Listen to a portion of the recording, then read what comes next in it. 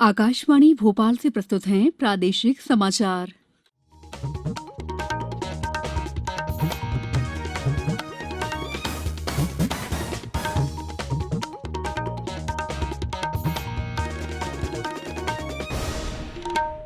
नमस्कार, समाचारों के साथ मैं दीपा सिंह। पहले एक अपील।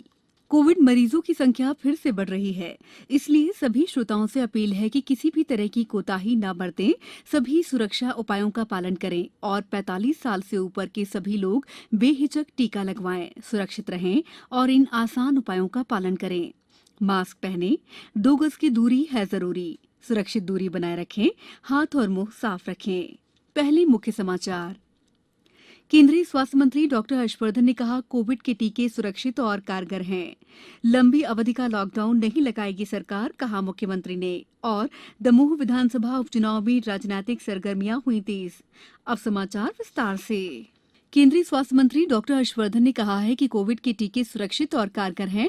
आज दिल्ली में कोविड का दूसरा टीका लगवाने के बाद उन्होंने लोगों से टीका लगवाने के लिए आगे बढ़ने और टीकाकरण को जन आंदोलन का रूप देने की अपील की। उन्होंने लोगों से टीके के किसी भी दुष्प्रचार पर विश्वास न करने को भी कहा। उन्होंने इस बात पर जोर दिया है कि टीका लगवाने के बाद संक्रमण होने की संभावना बहुत कम रह जाती है और अस्पताल में भर्ती होने की भी आवश्यकता नहीं पड़ती।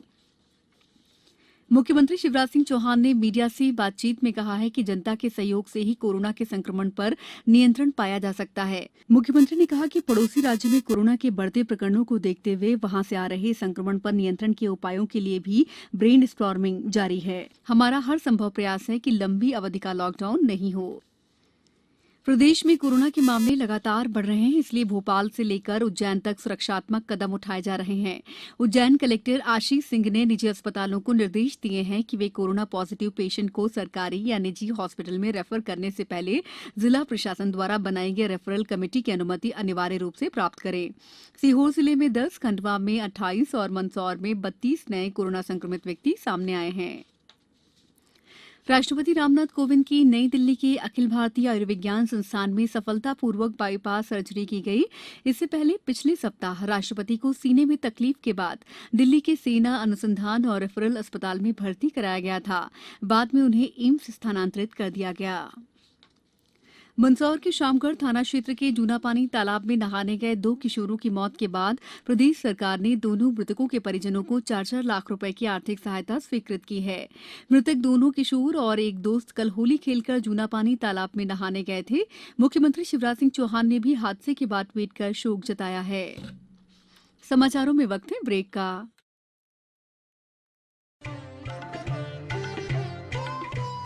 कोविड-19 से बचाव और सुरक्षित रहने के 3 उपाय। मास्क लगाएं, 2 गज दूरी है जरूरी, सुरक्षित दूरी रखें, हाथ और मुंह साफ रखें। ब्रेक के बाद समाचारों में आपका एक बार फिर स्वागत है। दमोह विधानसभा सीट पर हो रहे उपचुनाव में राजनीतिक सरगर्मियां तेज हो गई हैं। भाजपा उम्मीदवार राहुल सिंह ने आज मुख्यमंत्री शिवराज सिंह चौहान की मौजूदगी में अपना नामांकन दाखिल किया। इस सीट पर उपचुनाव के लिए आगामी 17 अप्रैल को मतदान होना है। इस अवसर पर मुख्यमंत्री शिवराज सिंह चौहान ने कहा कि भाजपा विकास और जन कल्याण के मुद्दे पर चुनाव लड़ रही है। राहुल सिंह लोधी के सामने कांग्रेस ने पार्टी के जिलाध्यक्ष अजय टंडन को उम्मीदवार बनाया है। असम और पश्चिम बंगाल विधानसभा चुनाव के दूसरे चरण के लिए प्रचार अभियान आज शाम समाप्त हो गया।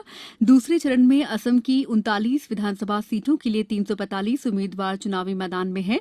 वहीं पश्चिम बंगाल में दूसरे चरण में 30 सीटों के लिए 171 उम्मीदवार चुनाव लड़ रहे हैं।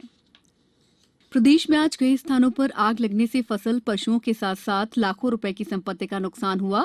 पन्ना जिले में उत्तर वन मंडल क्षेत्र के जंगल में बीते कई दिनों से सुलग रही आग ने आज सुबह पन्ना शहर के निकट चोपड़ा मंदिर और पुराना पन्ना क्षेत्र को भी अपनी गिरफ्त में ले लिया।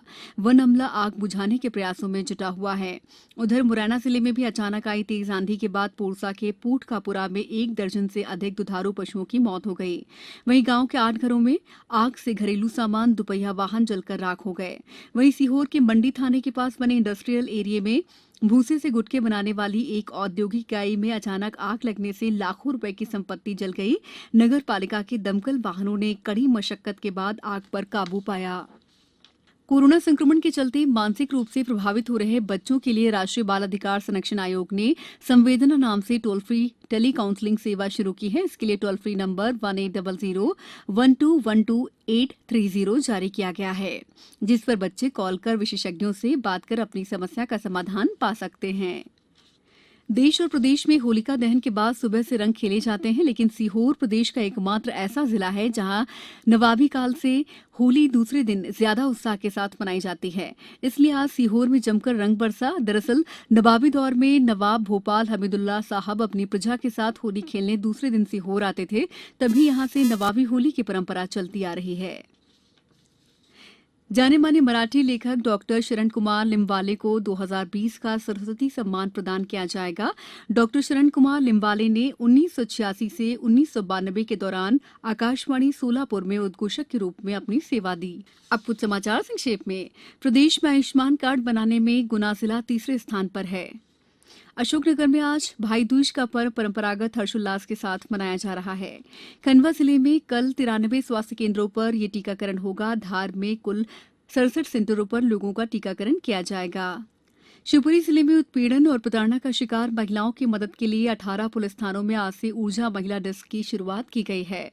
बुलेटिन के अंत में आप सभी से एक अपील, मास्क और 2 गज की दूरी, हाथ धोना भी है जरूरी। नमस्कार।